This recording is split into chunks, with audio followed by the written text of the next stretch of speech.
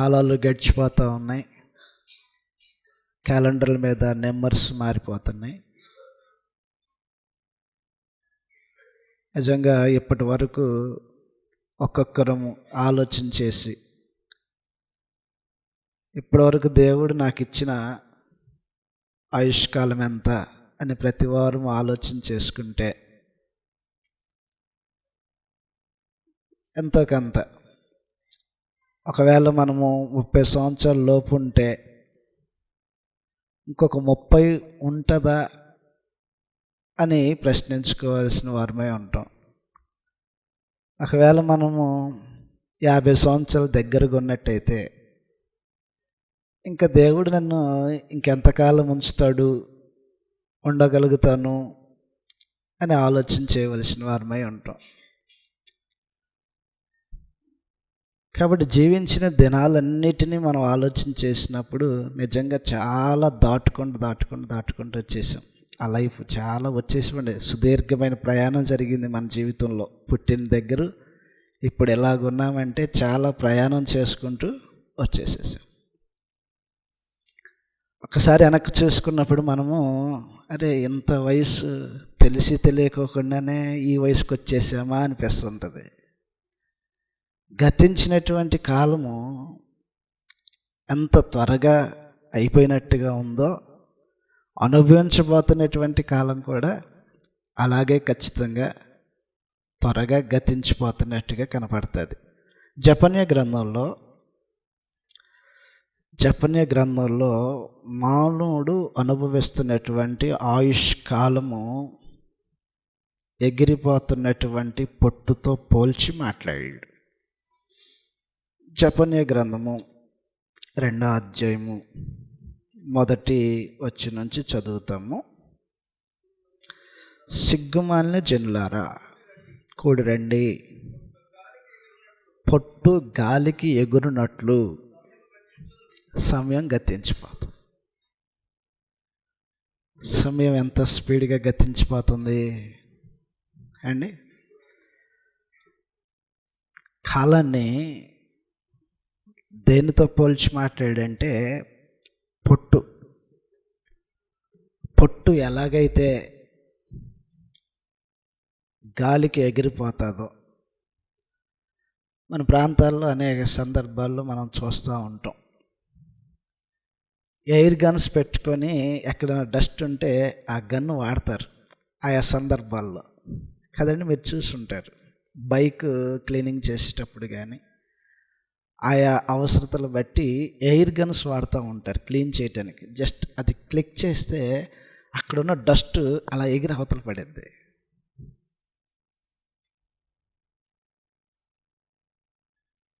పంట తూరుపారు పట్టేటువంటి సందర్భాలు ఉన్నాయి. కొన్ని సందర్భాల్లో ఈ రోజులన్నీ మిషనరీస్ వచ్చాయి కాబట్టి తూరుపారు పట్టేటువంటి పని చేయట్లా. గాలికి ఎదురుగా ఆ ధాన్యాన్ని కిందకు పోస్తున్నప్పుడు దాంట్లో ఉన్నటువంటి పొట్టు ఎగిరిపోతూ ఉండేది. మనుషునికి అనుగ్రహించినటువంటి కాల సమయాలు దేవుడు అది ఎంత అల్పంగా ఉంటాయో, ఎంత త్వరగా గతించిపోతాయో అవి నేర్పించడానికి పొట్టుతో పోల్చాడు. పొట్టు గాలికి ఎగిరిపోనట్లు సమయం గతించిపోతుంది అని అన్నాడు. అంటే ఇప్పటి వరకు బ్రతికినటువంటి జీవితకాలం చూస్తే నిజంగా అలాగే అనిపిస్తుంది. అరే ఇంతలోకే 20 years అయిపోయాయి నా జీవితంలో, 30 సంవత్సరాలు అయిపోయాయి నా జీవితంలో, 40 సంవత్సరాలు అయిపోయాయి నా జీవితంలో, 50 సంవత్సరాలు అయిపోయాయి నా జీవితంలో అని ప్రతి వారికి అనిపిస్తుంది. కాబట్టి ఈ భూమి మీద బ్రతుకుతున్నటువంటి జీవితకాలం అనేది చాలా చిన్నది. గ్రంథకర్తలు మాట్లాడేటప్పుడు కాలాన్ని గురించి, మానవ యొక్క ఆయుష్ కాలాన్ని గురించి మాట్లాడేటప్పుడు మన జీవము చాలా చిన్నది. యాకోబు పత్రిక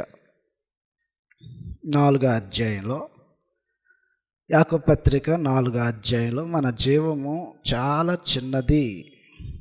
కాబట్టి మనం దాని గురించి అతిశయపడటం కానీ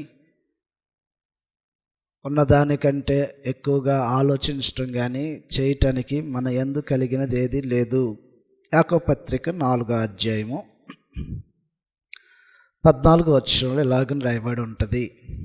యాకోబు పత్రిక 4వ అధ్యాయం 14వ వచనంలో, రేపు ఏమి సంభవించునో మీకు తెలియదు, మీ జీవము ఏ పాటిది, మీరు కొంతసేపు కనపడి అంతలో మాయమైపోవు ఆవిరి వంటి వారే. కొంతసేపే కనపడుతుంది ఆవిరి. పాత్రలో ఎప్పుడన్నా ఏదన్నా ఒకదాన్ని వండేటప్పుడు, ఆహారాన్ని సిద్ధం చేసేటప్పుడు మూత వేసి ఉంటే ఒక్కసారి దాన్ని తీసినప్పుడు ఆవిరి కనపడుతుంది. ఆ ఆవిరి ఎంతసేపు కనపడుతుంది అంటే కొద్దిసేపే ఉంటుంది ఆ పైన, తర్వాత ఏమైపోయిందో తెలియదు. మానవుని యొక్క జీవం కూడా అంతే. పాత్ర మూత తీసినప్పుడు ఎలాగైతే ఆవిరి పైకి వచ్చి కనపడి వెంటనే మాయమైపోతుందో, మనుషుని యొక్క ఆయుష్కాలం కూడా అంతే. అంటే నిజంగా దేవుడు తన గ్రంథం ద్వారా ఏమి నేర్పించాలనుకుంటున్నాడు? మానవాళి యొక్క ఆయుష్కాలాన్ని. సంవత్సరాలు గడిచిపోతున్నాయి, చాలా సంవత్సరాలు బ్రతికేసాము, లేకపోతే ఇంకా లేతప్రాయం, చాలా సంవత్సరాలు ఉంది ఇంకా జీవితం, ఎంతో జీవితాన్ని పాడు చేసుకున్నారండి అని కొన్ని సందర్భాల్లో మాట్లాడేటప్పుడు అసలు నీ జీవితకాలం ఎంత? దేవుడు ఎలాగని తెలియచేస్తున్నాడంటే, మానవ యొక్క ఆయుష్కాలము పాత్ర నుంచి పైకి వచ్చి కనపడే ఆవిరి కొంతసేపే కనపడి మరలా వెళ్ళిపోతుందో, మాయమైపోతుందో, నీ జీవం కూడా ఆ పాటిదే.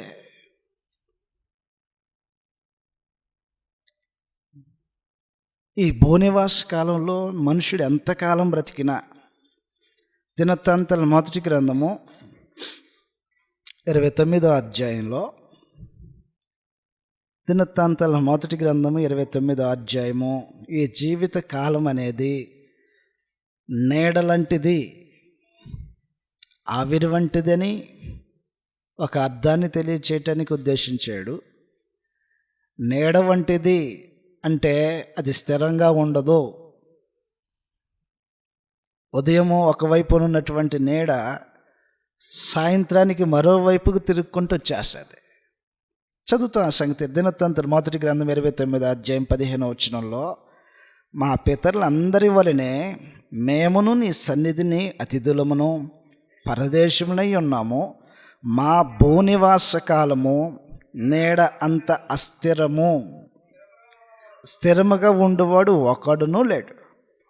కాబట్టి మానవ ఆయుష్కాలం అనేది నీడలాంటిది అన్నాడంటే, ఇప్పుడు ఎక్కడుంది, రేపు ఎక్కడ ఉండేదో తెలియదు, మరికొద్దిసేపటికి ఎక్కడ ఉండేదో తెలియదు. ఇప్పుడు భూమి మీద ఉన్నాం, ఇంకొద్దిసేపటికి ఎక్కడ ఉంటామో తెలియదు. కాబట్టి ఇవన్నీ ఏం చేస్తున్నాయి, ఏం తెలియచేయటానికి దేవుడు ఉపయోగిస్తున్నాడు? దేవుని గ్రంథంలో రాయించబడి ఉన్నాయి కొందరి చేత. అంటే మానవ ఆయుష్కాలం అనేది చాలా చిన్నది, గతించిపోతున్నాయి, వేగంగా వెళ్ళిపోతున్నాయి. సమయం అనేది వేగంగా వెళ్ళిపోతుంది. మనం పని చేసినా సమయం ఆగదు, పని చేయకపోయినా సమయం ఆగదు.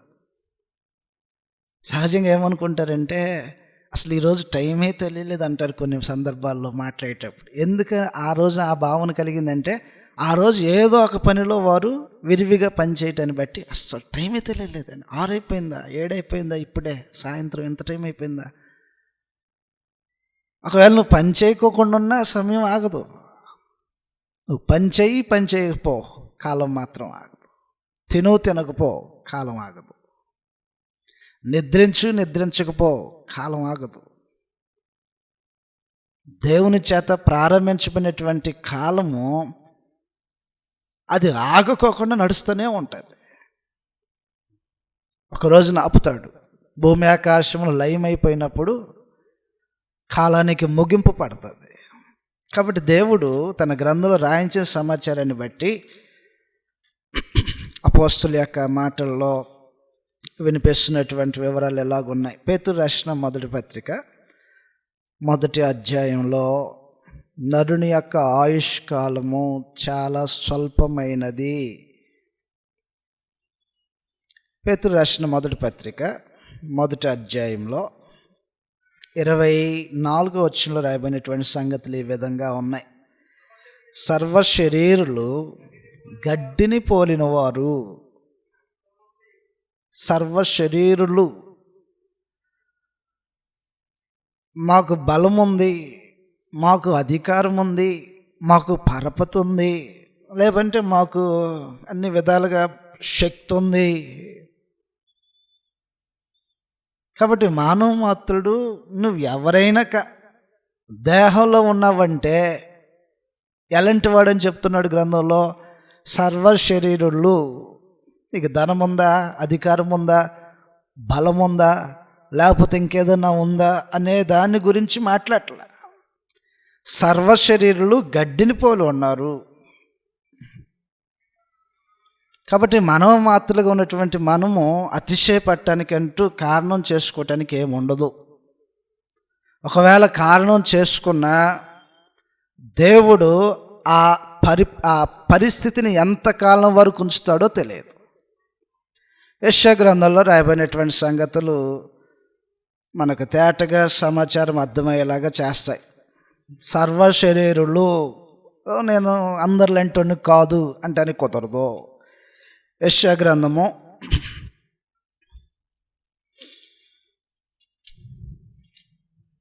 47వ అధ్యాయంలో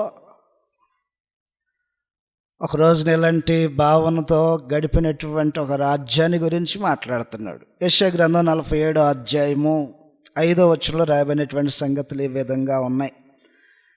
కల్దీల కుమారి మౌనంగా ఉండి చీకటిలోనికి పొమ్ము. కల్దీలు అనగా బబులోనీయులు. కల్దీలకు మరొక భాషా ప్రయోగము బబులోనీయులు అని అర్థం. కాబట్టి కల్దీల గురించి మాట్లాడుతున్నాడు. కల్దీల యొక్క రాజ్యాన్ని గురించి మాట్లాడుతున్నాడు. కల్దీలు అంటే బబులోను సామ్రాజ్యము. అది ప్రపంచంలోనే అత్యంత ఉన్నతమైనటువంటి సామ్రాజ్యంగా ఎదిగినది మొదటి సంగతి. 2, సమస్త ఆధిపత్యము మొట్టమొదటిగా చేపట్టినటువంటి పెద్ద రాజ్యం ఏదన్నా ఉన్నదంటే అది బబులోను సామ్రాజ్యమే. దానియేలు గ్రంథం 2వ అధ్యాయంలో చెప్పేటప్పుడు ఒక ప్రతిమను చూపించి ప్రతిమలో ఉన్న భాగాలన్నిటిలో ఒక్కొక్క రాజ్యము ఒక్కొక్క భాగాన్ని చూపిస్తుంటే శిరస్సుగా ఉండేటువంటి రాజ్యమునకు బబులోన్ని ఇచ్చాడు. దానియేలు గ్రంథం 2వ అధ్యాయం ఈ సంగతులు మనం చదువుతాం. కాబట్టి ప్రపంచాన్ని ఏలుబడి చేయగలిగేటువంటి శక్తి కలిగినటువంటి రాజ్యముగా స్థాపించబడటంలో మొట్టమొదటిగా ఉండేది బబులోను సామ్రాజ్యము. దానియేలు గ్రంథము 2వ అధ్యాయము 38వ వచనం నుంచి చదువుతున్నాం. 36 నుంచి చదివేద్దాం. దానియేలు గ్రంథం 2వ అధ్యాయం 36వ వచనం నుంచి. తాము కనిన కల ఇదే. నెబుకద్నెజరు ఒక రోజున కలగన్నాడంట. కల్లో ఏమవుంది? ఒక ప్రతిమ కనపడుతుంది, ఒక పెద్ద విగ్రహం కనపడుతుంది. ప్రతిమ, ఆ ప్రతిమ భాగాలుగా కనపడుతుంది. ప్రతి భాగము వేరే వేరే లోహాలతో ఉంది.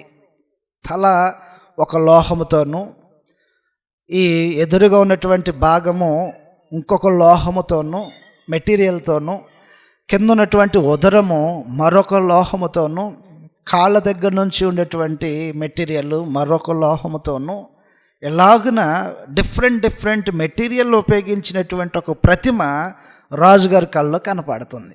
ఆ కళను ఉద్దేశించి మాట్లాడుతున్నాడు. తాము కనిన కళ ఇదే, దాని భావము రాజు సముఖమున మేము తెలియచెప్పేదము. రాజా, పరలోకమందున్న దేవుడు రాజ్యమును, అధికారమును, బలమును, ఘనతయు తమకు అనుగ్రహించి ఉన్నాడు. కాబట్టి బబులోనికి ఏమేమి అందబోతున్నాయి? బబులోను ఏమేమి పొందుకుంటుంది? అధికారము, బలము, ఘనత. కాబట్టి ఇవన్నీ బబులోను సొంతమవుతున్నాయి. అతి తక్కువ రోజుల్లోనే బబులోను యొక్క సొంతమవుతున్నాయి. చదువుతాం. తమరు రాజులకు రాజు అయి ఉన్నారు. ఆయన మనుషులను సేవించు ప్రతి స్థలమందును, నివసించు ప్రతి స్థలమందును మనుషులనేమి, భూజంతువులనేమి, ఆకాశ పక్షులనేమి అన్నిటినీ ఆయన తమరికి అప్పగించి ఉన్నాడు. అందువల్ల బబులోనికి ఏమేమి అప్పగించబడుతున్నాయి? మనుషులు నివసించు ప్రతి స్థలము, అధికారము, ఘనత, ఇంకేం చెప్పాడు? బలము. అధికారము, బలము, ఘనత తమరికి అప్పగిస్తున్నాడు అని ఒకటి. రెండవది, మనుషులు నివసించు ప్రతి స్థలము తమరి చేతికి వేస్తున్నాడు. రెండు. ఇంకింద భాగంలో ఏం చెప్తున్నాడు? భూజంతువులనేమి, ఆకాశ పక్షులనేమి అన్నిటినీ ఎలాగ ఒక రాజు చేతికి అప్పగించి పెడితే ఆ రాజ్యం ఎలా ఉంటుంది? అధికారం ఇస్తున్నాడంట, బలం ఇస్తున్నాడంట, ఘనత ఇస్తున్నాడంట. మనుషులు నివసించే ప్రతి స్థలము ఆయన హ్యాండ్ ఓవర్ కింద వెళ్ళిపోతుంది. భూజంతువులనేమి, ఇంకా ఆకాశ పక్షులన్నిటినేమి మొత్తాన్ని నీ చేతికి అప్పగించాను అన్నటువంటి ఒక గొప్ప రాజ్యం ఫామ్ అవుతుంది. ఆ రాజ్యాన్ని గురించి మాట్లాడుతున్నాడు అనమాట. వారందరి మీద తమరికి ప్రభుత్వం అనుగ్రహించి ఉన్నాడు. తామే తనకు కనపడినటువంటి ప్రతిమ, ఆ శిరస్సు, ఈ తల బంగారంతో చేయబడినటువంటి శిరస్సు అంట. బంగారం విలువైనది, బంగారం విలువైనదే, కానీ బలమైనది కాదు. ఇనుముకున్నంత బలము బంగారానికి ఉండదు. ఇనుము బలంగా ఉండిద్దా? బంగారం బలంగా ఉండిద్దా? సార్ చెప్పండి. బలాన్ని బట్టి చూస్తే ఇనుము బలంగా ఉంటుంది, బరువు మోస్తుంది. విలువను బట్టి చూస్తే బంగారానికి విలువ ఉండిద్ది, బరువు మోయలేదు. కాబట్టి వైభోగం ఉండిద్దా? అద్భుతమైనటువంటి వైభోగం. బబులోని యొక్క రాజ్యానికి అద్భుతమైనటువంటి వైభోగం ఉండిద్ది. అయితే అది అంత బలంగా ఉండేది కాదు. బబులోనికి అన్నీ అనుగ్రహించబడిన తర్వాత అధికారము, బలము, ఘనత, మనుషులు నివసించే స్థలాలు, ఆకాశమందే కానీ భూమి మీద సంచరించేటువంటి ప్రతి చరమును అతని చేతికి అప్పగించేసరికే కొమ్ములు ఎక్కడికి వచ్చేసేసి, సహజంగా అంటారు కదా, ఏమంటారు అండి? చెప్పరండి మీరు, మీకేం అర్థం కాని భాష నేను అడిగేది.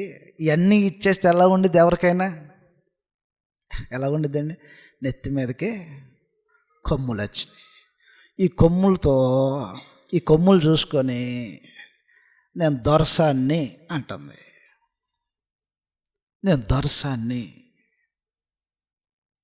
దొరసానంటే దొరసానని ఎవరిని అంటారు?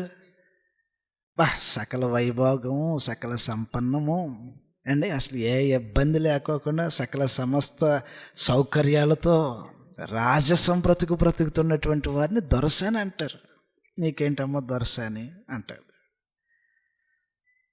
ఏ ఇబ్బంది లేకుండా, ఏ భయం లేకోకుండా, ఏ కష్టం లేకోకుండా రాజసంలాగా బ్రతుకుతున్నటువంటి వ్యక్తులను చూసినప్పుడు దొరసాని అని అంటారు.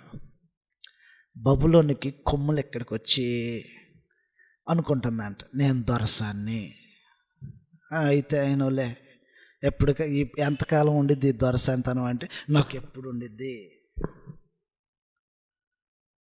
అండ్ దొరసానితనం ఎప్పుడు ఉండిద్దా? ప్రభుత్వాలు ఎప్పుడు ఉంటాయా? ఎల్లకాలం ఇక అదే ప్రభుత్వం ఉంటుందా? మరి దొరసానికి ఏంటి ఇలాగుంది? నువ్వు దొరసానివి అయితే అయినవి, కానీ నీకు కూడా దిగే టైం వచ్చిద్దిలే అని తెలుసుకోవాలి కదా. అట్లా అనుకోవట్లేదంట, నేను దొరసానిని. అయితే అయినవు, నేను ఎప్పుడు దొరసానినే. ఇది సమస్య. యెషయా గ్రంథం 47వ అధ్యాయంలో ఈ సంగతులు మనం చదువుతూ ఉన్నాం. 47వ అధ్యాయం 5వ వచనంలో, కల్దీల కుమారి మౌనంగా ఉండి చీకటిలోనికి పొమ్ము, రాజ్యములకు దొరసాని అని. నిజమే, ఒకనాడు నిన్ను చూసినప్పుడు ఎలాగున్నామంటే రాజ్యములన్నిటికీ రాజ్యాధికారం కలిగిన దానిలాగా, చుట్టూ ఉన్నటువంటి సామ్రాజ్యాలన్నిటి మీద ఆధిపత్యం కలిగినటువంటి దానిలాగా కనపడుతున్నటువంటి ఈ దొరసాని అనుకుంటుందంట. ఏమనుకుంటుంది? నా జనుల మీద కోపపడి నా స్వాస్థ్యమును అపవిత్రపరిచి వారిని నీ చేతికి అప్పగించి తిని నీవు వారి యందు కనికరపడక వృద్ధుల మీద నీ కాడి మ్రాన్ను మిక్కిలి బరువుగా మోపితివి. ఏమనుకుంటుందండి?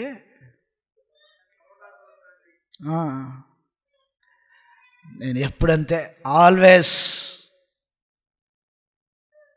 నా రాజస్వం అనేది ఎల్లప్పుడూ ఉంటుంది అనుకుంటాను.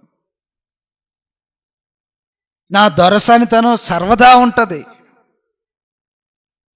నా వైభోగం తగ్గదు, నా అధికారం తగ్గదు, నా బలం తగ్గదు, దేవుడు నాకు ఇచ్చినటువంటి ఆధిపత్యం తగ్గదు అనుకుంటున్నటువంటి ఈ క్రమంలో పరమ తండ్రి ఏమంటున్నాడంటే 8వ వచనంలో, కాబట్టి సుఖాసక్తురాలవై నిర్భయముగా నివసించుచు నేనే ఉన్నాను, నేను తప్ప మరి ఎవరునూ లేరు.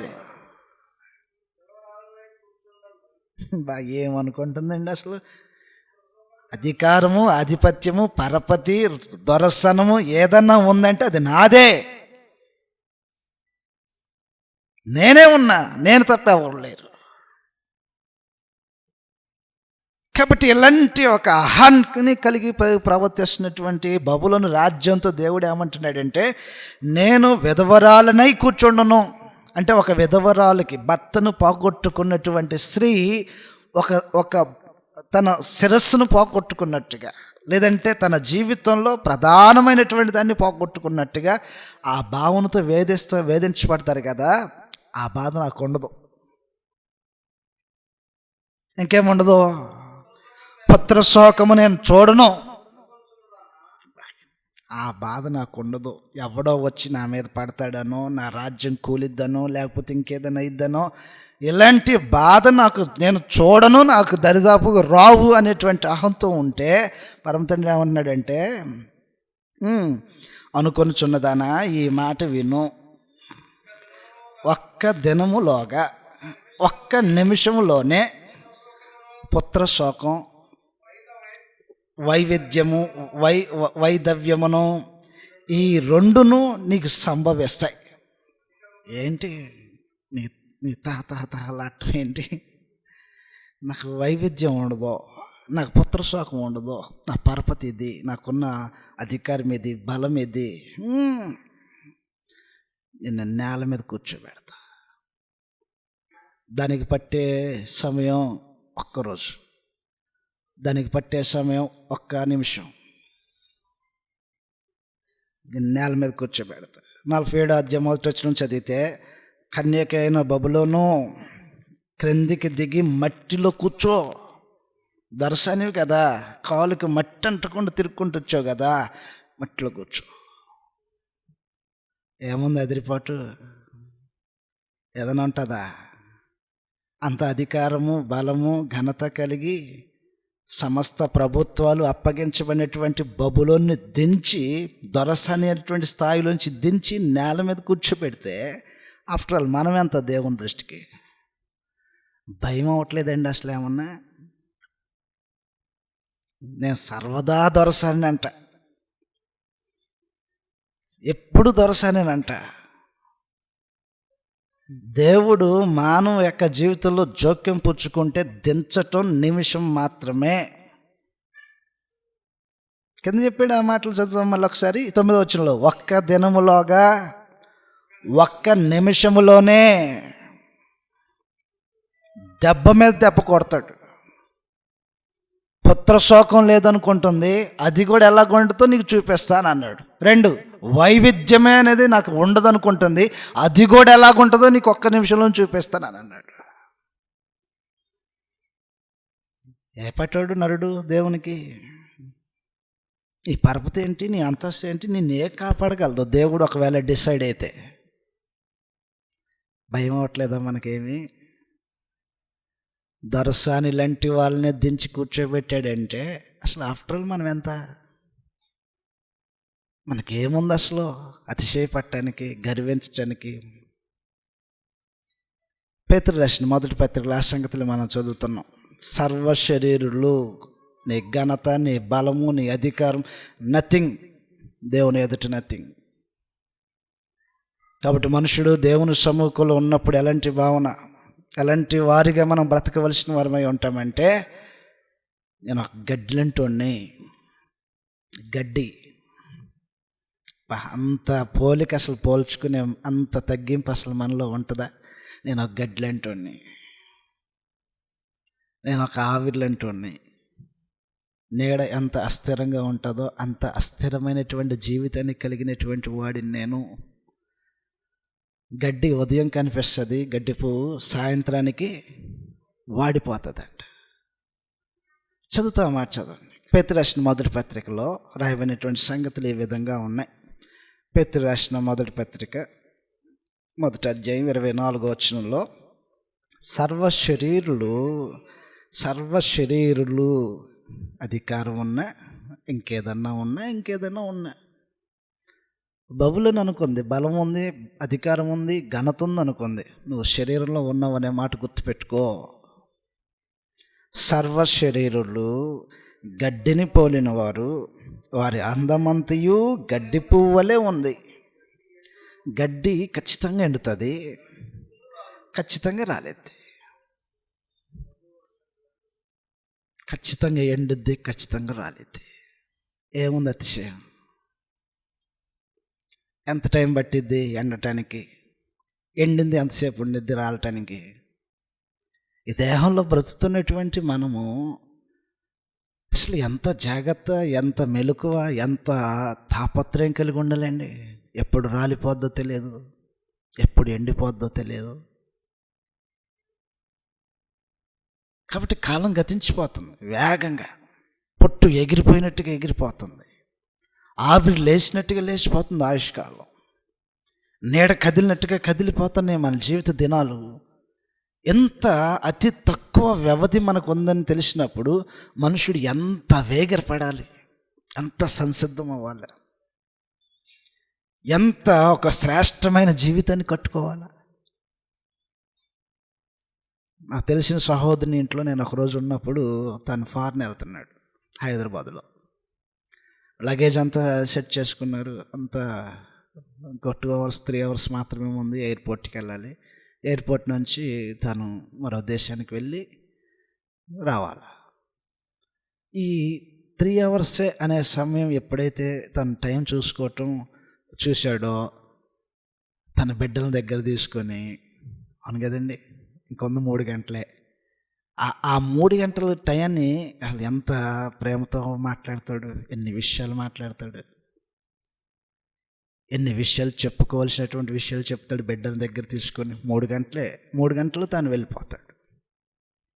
వెళ్ళిపోతే ఎప్పుడు వస్తాడో తెలియదు.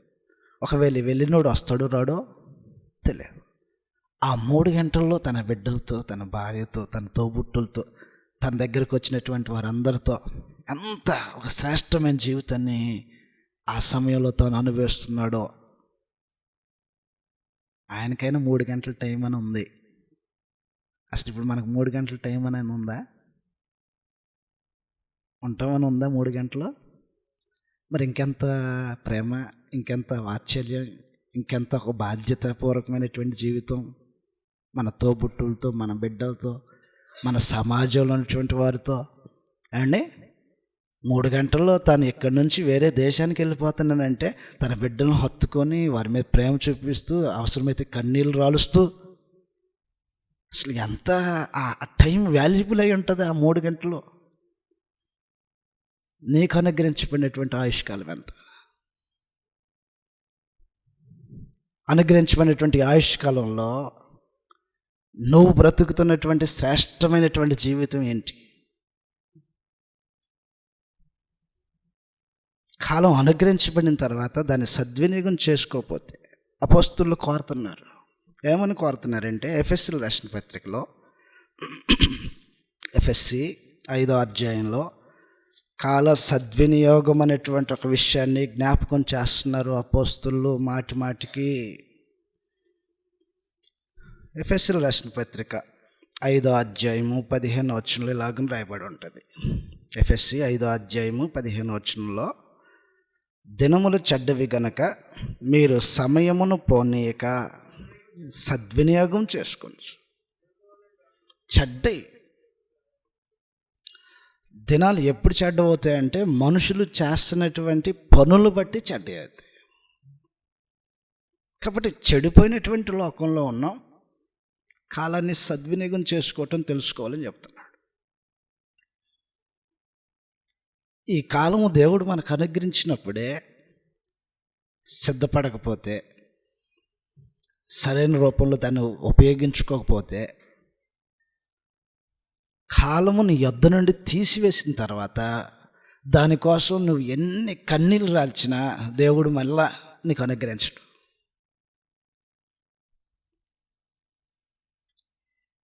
హెబ్రీయులకు రాసిన పత్రిక, దేవుడు అనుగ్రహించినప్పుడు కాల సమయంలో ఉపయోగించుకోవాలి. దేవుడు అనుగ్రహించినప్పుడే కాల సమయంలో ఉపయోగించుకోవాలి.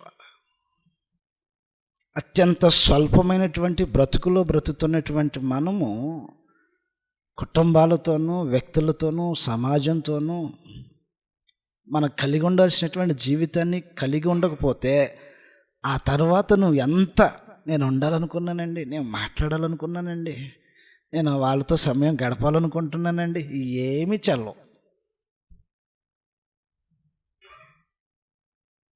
బ్రతికున్న దినాల్లో మనుషుడు చెందవలసినటువంటి మార్పు చెందకపోతే, హెబ్రీయులకు రాసిన పత్రిక 12వ అధ్యాయము 17వ వచనం లాగున రాయబడి ఉంటుంది. 12వ అధ్యాయం 17వ వచనంలో, ఏశావు ఆ తర్వాత ఆశీర్వాదము పొందగోరి, పరమ తండ్రి గొప్ప అవకాశం ఇచ్చాడు ఏశావుకి. ఏంటా అవకాశం అంటే, తల్లి గర్భముల నుంచి తొలి సంతానంగా భూమి మీదకి రావటానికి అవకాశం ఇచ్చాడు. నిజంగా దేవుడు అనుగ్రహిస్తే తప్ప మనుషుడు కోరుకుంటే జరగదు. ఒక కుటుంబంలో 4 ఉన్నవారు ఉన్నారు, 2 ఉన్న వాళ్ళు ఉన్నారు, 5 ఉన్న వాళ్ళు ఉన్నారు.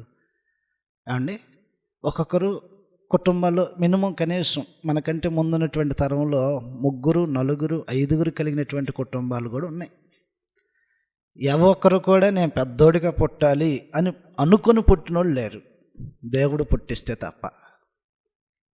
నేను మొదటివానిగా పుట్టేస్తాడో, ఆఖరివానిగా పుట్టేస్తాడో, 2 మధ్యలో పెట్టి మధ్యలో పుట్టేస్తాడో తెలీదు. ఏశావుకు అనుగ్రహించాడు ఈ అవకాశం. జ్యేష్ఠుడిగా పుట్టే అవకాశం అనుగ్రహించాడు. పెద్దవానిగా పుట్టే అవకాశం దేవుని చేత అనుగ్రహించబడింది. కాబట్టి సహజంగా భర్తతో పాటు, పుట్టుకతో పాటు తనకు ఒక అధికారం వచ్చేది, జ్యేష్ఠత్వపు హక్కు. ఈ హక్కు కలిగి ఉన్నటువంటి మనుషులకి ఏముంటుందంటే ప్రతి దాంట్లో డబల్ పోర్షన్ ఉంటుంది. ప్రతి దాంట్లో డబల్ పోర్షన్. ఆస్తిలో కానీ ఇంకేదైనా దేంట్లో కానీ ఇశ్రాయేల్ యొక్క జనాంగం యొక్క లెక్కల ప్రకారంగా, వారి యొక్క చట్ట ప్రకారంగా పుట్టిన వాడికి ఆస్తిలో 2 భాగాలు ఉంటాయి. ఈ రోజులో మన ఇండియన్ కల్చర్ ప్రకారంగా ఎలాగుందంటే 10 ఎకరాలు ఉంటే చెరొక 5 సగం ఉంది. ఇశ్రాయేల్ లెక్క చరిత్రలు ఎలాగుండేదంటే మొదట పుట్టిన వాడికి ప్రివిలేజ్ ఎక్కువ, అతనికి ఎక్కువ బల ప్రారంభం, కాబట్టి ఏదైనా సరే అతనికి ఎక్కువ భాగం వచ్చేది ఉంటుంది. కాబట్టి అలాంటి ఒక ఆధిక్యత దేవుడు ఏశావుకి ఇస్తే నిలుపుకోలేనోడు.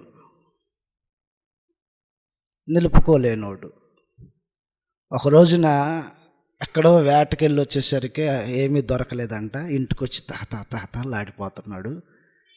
ఏంట్రా బాబు ఎలాగున్నావంటే, నేను చచ్చిపోతారా బాబు ఏమీ తినకపోతే అంటున్నాడు. ఇప్పుడు ఏముంది ఇంట్లో అంటే, ఆయన అప్పుడే తిప్పుతున్నాడంట కలగూర అంట. అందుట్లో ఏమేం కలిపాడు చూడంగా ఎర్రగా కనపడేసరి, అరే కొంచెం బెటర్ బాబు అన్న. అది వరకు నేను పెట్టను నేను అన్నాను.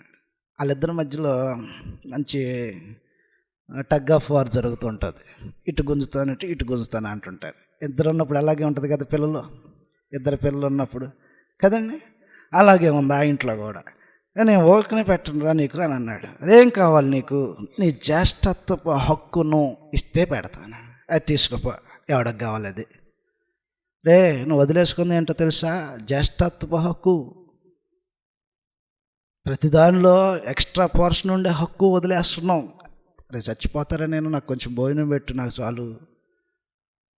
ఒక్క పూట కూటి కోసం అండి అది. ఒక్క పూటకు చచ్చిపోయి ఎంతమంది ఉంటారు తినకపోతే? ఒక్క పూటకు చచ్చిపోతారండి? కృష్ణనారాయణ గారు చెప్పండి, ఒక్క పూట తినకపోతే చచ్చిపోతారా? మరి ఏంటది? పైన చదువుతామా ఒకసారి సంగతి. 16వ వచనంలో 10 రోజులు అవ్వట్లా తినకుండా. 10 రోజులైతే బాగానే ఉండేదే. ఒక్క పూట కూటి కొరకు తన జ్యేష్ఠత్వపు హక్కును అమ్మేసి, ఒక్క పూట కూటి కోసం అమ్మేసాడంట. నాకేమొద్దురా, ఈ ఒక్క ఏమొద్దు, ఈ పరపతి ఏమొద్దు, నువ్వే తీసుకొని అన్నాడు. ప్రమాణం చెయ్యి. ప్రమాణం చేసిస్తే తీసుకుంటా. ఆ రోజుల్లో ప్రతి వివాదాంశములకు పరిష్కారము ప్రమాణం. ప్రమాణం చేసాడంటే ఫైనల్ అయిపోయింది. అగ్రిమెంట్లు అవి ఏమి లేవు. ఈ రోజున ఏదన్నా ఇవ్వాలంటే ఏం చేస్తారు? పేపర్లు ఉండాలి, రిటర్నబుల్ రికార్డు ఉండాలి. ఆ రోజుల్లో ఏదో సొంతం అవ్వాలంటే ఏం చేస్తారు? ప్రమాణం చేస్తారు. హెబ్రీయులకు రాసిన పత్రిక 6వ అధ్యాయంలో ప్రతి వివాదాంశమునకు పరిష్కారము ప్రమాణమే. 16వ వచనం లాగా రాయబడి ఉంటుంది. హెబ్రీ 6వ అధ్యాయం 16వ వచనంలో, మనుషులు తమ కంటే గొప్పవారిని తోడని ప్రమాణము చేతురు, వారి ప్రతి వివాదములోనూ వివాదాంశమును పరిష్కారము చేయనది ప్రమాణమే. ప్రమాణం చేసాడంటే ఫైనల్. రాతలు, గీతలు, అగ్రిమెంట్లు, ప్రామిసరీ నోట్లు, ఏదైనా ఆధారం ఇది కాదు. ఈ రోజుల్లో ఉన్న వాడికి ఇది. ఆ రోజుల్లో ఉన్నటువంటి వాడికి ప్రమాణం చేసాడంటే ఫినిష్, వివాదానికి ముగింపు పలికిందని అర్థం. కాబట్టి ప్రమాణం చేయమన్నాడు, ప్రమాణం చేసేసాడు. ప్రమాణపూర్వకంగా జ్యేష్ఠత్వ హక్కుని ఇచ్చేసేసాడు. ఇచ్చేసిన తర్వాత తిన్న తర్వాత మరి అప్పుడే ఆలోచన చేశాడు, మరి కొద్దిసేపు అయిన తర్వాత ఆలోచన చేశాడు. అది ఏం పెట్టాడు రేడు, ఒక్క పూట భోజనం పెట్టి అది ఎంత లాగేసుకుందాం చూశాడు. అంటే ఒక్క పూట భోజనం పెట్టి నాకు వచ్చే ఇదంతా దీనంతటిని లాగేసుకోవాలని చూశాడని ఇంటికి పోయాక మరి ఎవరైనా చెప్పారో లేకపోతే మళ్ళీ పునరాలోచన చేశాడు. కన్నీళ్ళు పెట్టుకోవడం, రే అది నాకు ఇచ్చేయాలరా అంటున్నాడు. అంటే వచ్చి కన్నీళ్ళు పెట్టుకుంటున్నాడు. నువ్వు కన్నీళ్ళు పెట్టుకోలేదని పెట్టుకో, నువ్వు అమ్మేసావు అంతే, అయిపోయింది కదంతే. అది నాకు ఇచ్చేయాలి. ఏం ఏడు పెడుతున్నాడు అంట మనిషి. అప్పుడు దాకా ఎందుకు లేదు ఈ ఏడుపు? అప్పుడు దాకా లెక్కలేదు నీకు. నీ దగ్గర ఉన్నంతకాలం నీకు లెక్కల. నీ దగ్గర నుంచి దాటిపోయిన తర్వాత, ఆ తర్వాత కన్నీళ్ళు పెట్టుకుంటూ ఏడుస్తూ వెతుకుతున్ననో మారు మనసు పొందని అవకాశం లేక, నీకు అవకాశం ఉన్నప్పుడే సద్వినియోగం చేసుకోవాలి కాలాన్ని. ఒక్కసారి నీ దగ్గర నుంచి తీసేసాడా, నువ్వు ఎంత గోజాడు, ఎంత కన్నీళ్ళు పెట్టు, నీకు అవకాశం ఏంటి? దేవుడు వెళ్ళిపోయాడు. ధనవంతుడు వెళ్ళిపోయిన తర్వాత గోజాడుతున్నాడు. అయ్యా నాకు ఇంకా 5గురు ఉన్నారు, లేకపోతే నా వాళ్ళు ఉన్నారు, నా ఇంటి వాళ్ళు ఉన్నారు, అమ్మో ఎలా అంటున్నాడు. అయిపోయింది. నీకు అవకాశం ఇచ్చిన తర్వాత మరలా తిరిగి దేవుడు రెండో అవకాశం ఇవ్వడం. ఈరోజున మన మీద అవకాశం చూపిస్తున్నాడు దేవుడు. నీతిగా బ్రతకటానికి, ప్రేమ కలిగి బ్రతకటానికి, సమాధానం కలిగి బ్రతకటానికి, కుటుంబంతో సంతోషంతో బ్రతకటానికి, కాలాన్ని సద్వినియోగం చేసుకోవటానికి దేవుడు మన ఎల్ల కృప చూపిస్తున్నాడు. దాన్ని సరిగ్గా వాడుకోవటం రాకపోతే ఒకరోజు ఏసేవ బాధపడినట్టు బాధపడతారు, ఇంకో రోజు ధనవంతుడు వేదన చెందినట్టుగా వేదన చెందుతారు. ఎగిరిపోతుంది కాలం. జీవించే జీవితంలో శ్రేష్టత ఎంత కదండి. 2025 అయిపోయిందా లేదని అట్ట చూసుకునే లోపల అయిపోయింది. క్యాలెండర్ అట్లే ఉంది, అయిపోయింది. 2026 వచ్చేసి ఇది కూడా అలాగనే తేలిపోతుండిద్ది.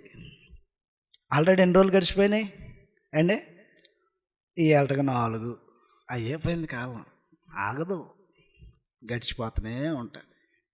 నీ వినియోగం ఎలాగుంది, దాన్ని ఉపయోగించుకోవటంలో మనం ఎంత జాగ్రత్త తీసుకుంటాం. అతిశయపడటానికి, ఎగిరిపడటానికి ఏం ఉండదు. నేను సర్వదా దొరసాన్ని అన్నాడు. సర్లే నేల మీద కూర్చోబెట్టు, నీకు ఒక్క క్షణం చాలు, ఒక్క నిమిషం చాలు అని అన్నాడు. కూర్చోబెట్టాడు, నేల మీద కూర్చోబెట్టాడు. కాబట్టి మనం అదిరిపట్టడానికి ఏమీ లేదు. కాలాన్ని సరిగ్గా ఉపయోగించుకోవటం అనేది క్రైస్తవులు నేర్చుకోవాలి. అది నేర్చుకొని మన జీవితాల్లో అన్ని విషయాల్లో సమయానుకూలంగా ప్రతిదానికి దేవుని చిత్తాన్ని జరిగించే వారంగా ఉంటూ కాలాన్ని గడపాలని మీకు ప్రేమతో మనవి చేస్తూ, కాబట్టి పరమ తండ్రి కాలాన్ని మనకు అనుగ్రహించిన దాన్ని మీ కుటుంబాలతో, వ్యక్తులతో, సమాజంతో, స్థానిక సంఘంతో ఎలాగ దాన్ని సద్వినియోగం చేసుకునేటువంటి మంచి జ్ఞానంతో మీరు మీ సమయాన్ని ఉపయోగించుకోవాలని దేవుని ఎదుట మిమ్మల్ని అందరినీ ప్రేమతో బ్రతిమాలుకుంటూ ముగించేస్తున్నాను. అందరికీ వందనాలు.